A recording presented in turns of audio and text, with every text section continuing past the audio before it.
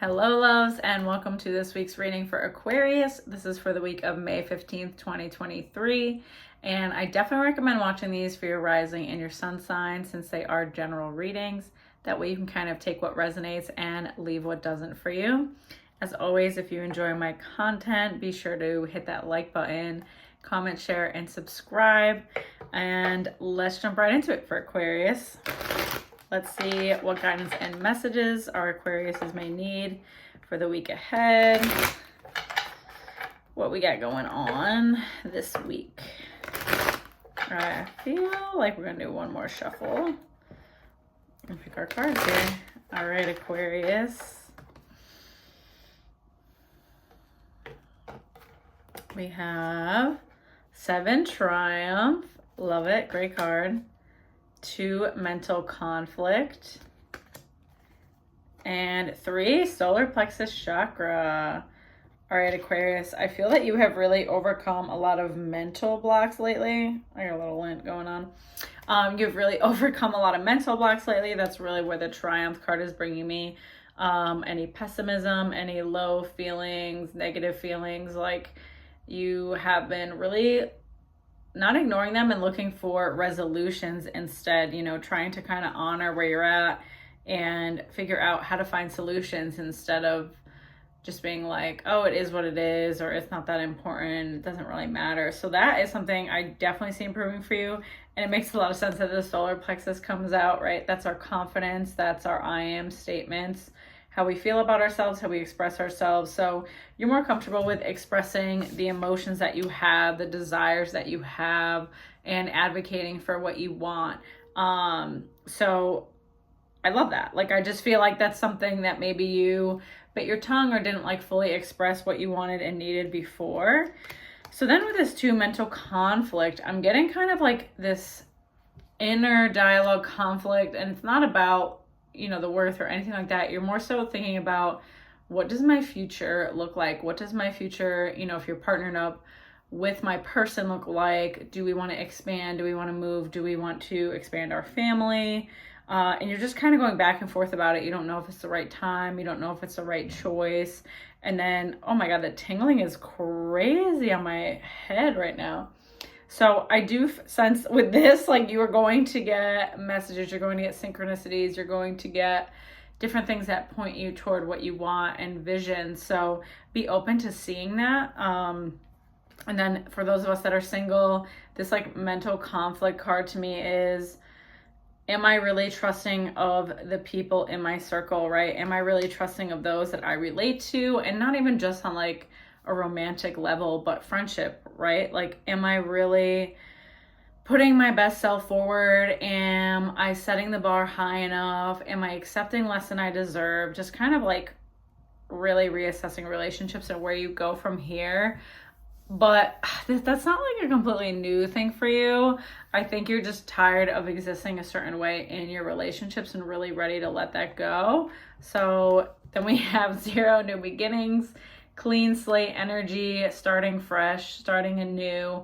So for those of you that are considering expanding your family and expanding just your home front and moving and opening up, it's definitely a yes for me. And those of you that are single, letting go of this playing small in your relationships or not expecting enough, settling for maybe less than you deserve, that's something you're really letting go of right now, because you're noticing I've been in this cycle for a while. I'm not satisfied by my relationships. I keep finding myself in the same situation. Then 20 Truth. What are you not noticing? Are you really looking at the entirety of the dynamics that you're in? What are you missing here? Okay, so Spirit is really trying to shine a light on the things that you haven't noticed. So they're trying to make it obvious. They're trying to take off the rose-colored glasses, so to speak. So if there is something you haven't noticed in a relationship, it's going to become glaringly obvious for you. And if you've been questioning if someone's meant for you, it's going to become glaringly obvious. And at that point, it's almost like if you're going to ignore it and you're going to continue to move on with that person, that's just your conscious choice.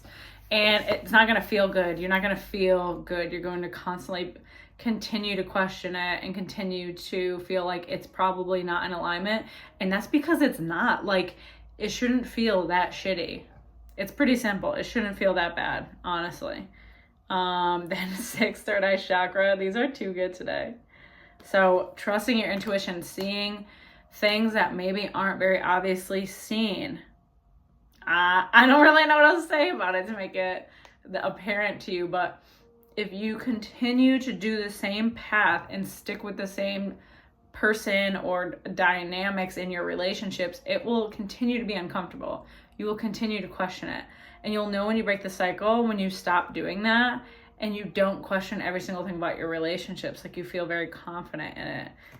7, deception and envy. You are allowing yourself to stay in relationships that are not serving you, okay?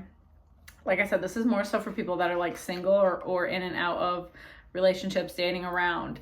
You are allowing yourself to kind of continue to be deceived, or you're not really seeing the reality of what someone's showing you.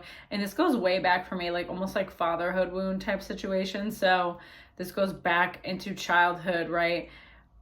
Someone that you loved and was supposed to take care of you, they had deceptive qualities. So you now kind of correlate that with love to some degree, okay?